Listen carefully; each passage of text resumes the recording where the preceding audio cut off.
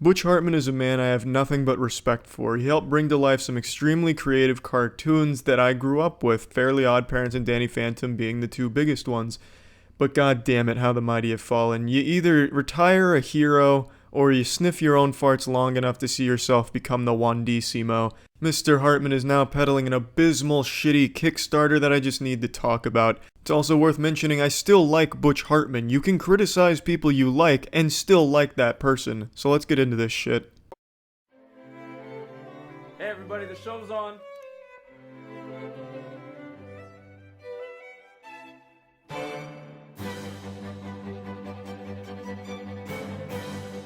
Gee Willikers, Mom and Dad, maybe you shouldn't have put on porn for the family movie night. Or perhaps at least refrain from putting on the hard R for your kids that you don't want seeing those things.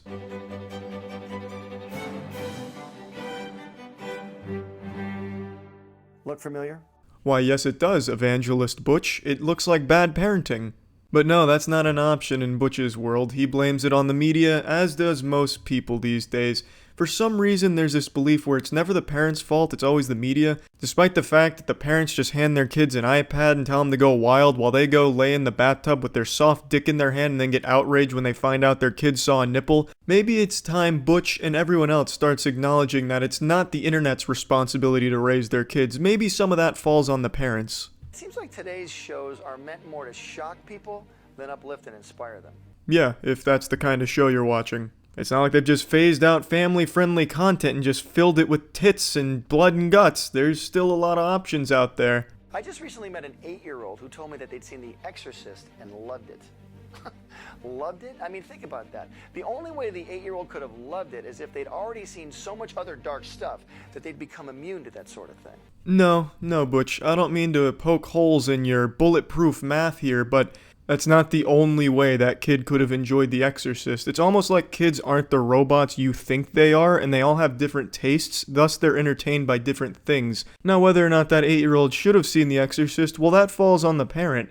But it's ridiculous that the only thing that Butch can surmise from this story about the 8-year-old and The Exorcist is that he had to have been contaminated by dark stuff already to enjoy it, because it just doesn't compute with Butch that kids are humans, not machines, that all have different tastes. They're not pre-programmed to like the same type of shit. So it's not unbelievable that there's an 8-year-old that liked The Exorcist without already being exposed to the evil, dark media that you think he has, Butch. The smartphone has become a gateway through which all kinds of questionable influences can enter. Parents, aren't you tired of being constantly terrified that your child is going to see something that they shouldn't? Parents, aren't you tired of letting the internet do your job for you and then getting upset when it doesn't do the exact job you wanted it to? The solution is simple. Don't step in under any circumstances. Continue to let them roam the internet unsupervised, but make sure they roam Butch Hartman's O-Axis part of the internet, the only safe place. Welcome to O-Axis. A 24/7 entertainment platform with high-quality, family-friendly entertainment as its central mission. Sound familiar? Well, it should, because this already exists in a lot of different places. Biggest one being Netflix. You can create an entire kids account and they only have access to kids content. I don't know what hole he thinks he's seeing here that he's going to be butt plugging with O-Axis, because it's fundamentally just a family-friendly streaming service. That's 100% what it is, and there's so much of that already. We're going to use the power of the smartphone and other personal devices to our advantage. We're going to start off as a subscription-based streaming service, and we're going to have everything you've come to expect from networks you're familiar with, but without the heavy focus on negative subject matter. That's such a non-statement that doesn't tell you shit. He might as well have just said, we're going to give you laser beams in your eyes. What do you mean, we're going to give you what you expect, except without the heavy focus on negative shit?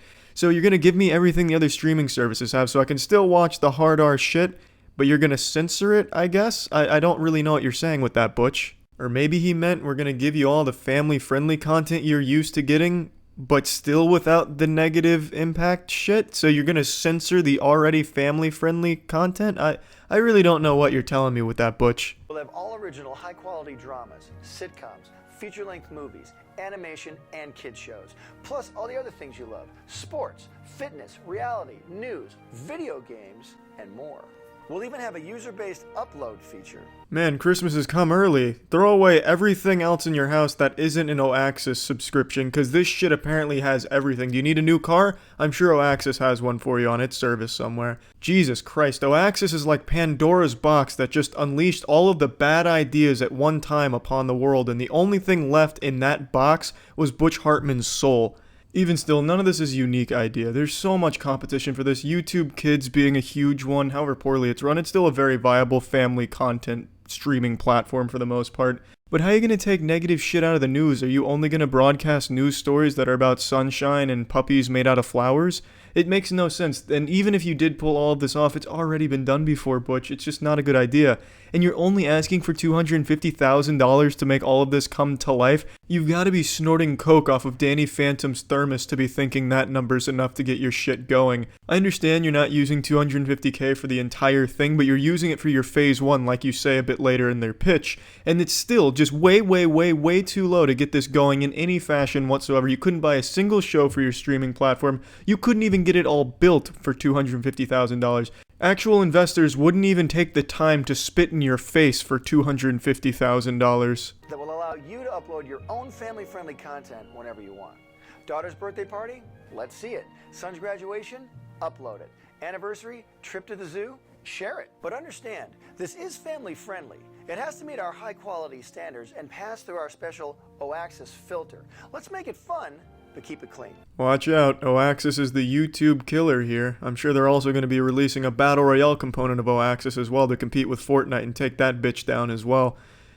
I just can't see that going over well. There's just nothing else to say about that. I don't think there's any rational person out there that's ever used the internet that hears that part right there and doesn't think it's going to be abused and just a pile of shit. Join us in our mission because we need to raise $250,000 for our first phase of startup costs. These include developing our video platform, hiring creative staff and producers to produce original content, and to acquire already finished projects that fit our entertainment model. None of which can be achieved with $250,000. You might as well be trying to buy all of those things with packs of gum. With the Oaxis platform, we can change family-friendly entertainment for the better. Better in your opinion, Butch. Some people like modern family-friendly content just the way it is. All in all, this is just not a good idea at all. I'm not going to call it a scam because I genuinely think Butch thinks it can happen, which it absolutely can't for $250,000. So I really hope it doesn't reach his goal because then everyone's just going to lose a lot of money and be very disappointed when it doesn't deliver.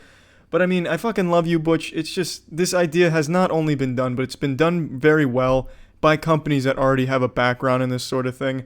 And essentially what you're doing is taking what they're doing and making it even more bloated by just taking every form of content that's ever existed in cyberspace. News, gaming, Twitch live streaming, kids like Fortnite, Fortnite News Hour. What about grass? Let's put grass in tubes on the Tube Grass channel on Oaxis. And then just run that through your family-friendly content filter. It's just not going to work. And especially with personal uploads where people are going to upload a whole bunch of shit, you're not going to have the infrastructure to go through each one of those manually and determine if that meets your high standards. It's just not going to work. And even if it did, it's not a good idea. Because there's already so many options for family-friendly content out there that fill everything you have already said in this video. So yeah, that's it. See ya.